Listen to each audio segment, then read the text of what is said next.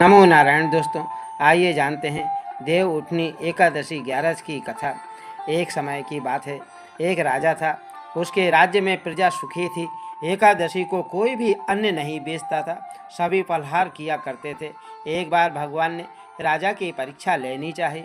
भगवान ने एक सुंदरी का रूप धारण किया तथा सड़क पर बैठ गए। तभी राजा उधर से निकला और सुंदरी को देखकर चकित रह गए। उसने पूछा, हे सुंदरी, तुम कौन हो और इस तरह यहाँ क्यों बैठी हो?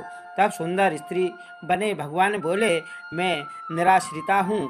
नगर में मेरा कोई जाना पहचाना नहीं है, किससे सहायता मांगूं? राजा उसके ऊपर और उसके रूप पर मोहित हो गया। वह बोला, तुम मेरे महल में चलकर मेरी रानी बनकर रहो। सुंदरी बोली, मैं तुम्हारी बात मानूंगी, पर तुम्हें राज्य का अधिकार मुझे सौंपना होगा। राज्य पर मेरा पूर्ण अधिकार होगा। मैं जो भी बनाऊंगी तुम्हें खाना होगा। राजा उसके रूप पर मोहित था, अतः उसने उसकी सभी शर्तें स्वीकार कर ली। अगले दिन एकादशी थी। रानी ने हुक्म दिया कि बाजारों में अन्य दिनों की तरह अन्न बेचा जाए।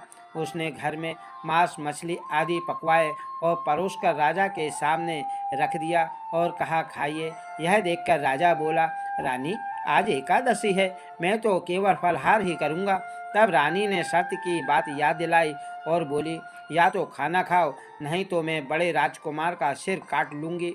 राजा ने अपनी स्थिति बड़ी रानी को कही तो बड़ी रानी बोली, महाराज, धर्म ना छोड़ो, बड़े राजकुमार का सिर दे दो। पुत्र तो फिर मिल जाएगा, पर धर्म नहीं मिलेगा। इसी दौरान बड़ा राजकुमार खेलकर आ गया। माँ की आंखों में आंसू देखकर वह रोने का कारण पूछने लगा, तो माँ ने उसे सारी वस्तु और सारी स्थिति उसे बतला दी।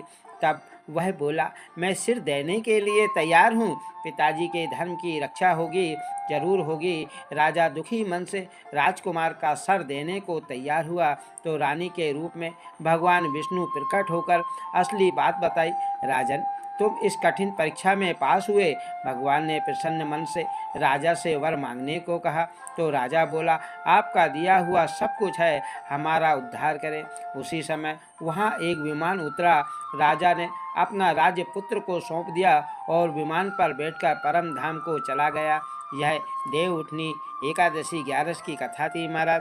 जो भी इस कथा को सुनता है वो परम धाम को प्राप्त होता है और भगवान श्री हरि की विष्णु की कृपा उस पर बनी रहती है। ऐसी सुंदर कथाओं को जानने के लिए इस चैनल को लाइक सब्सक्राइब अवश्य करें।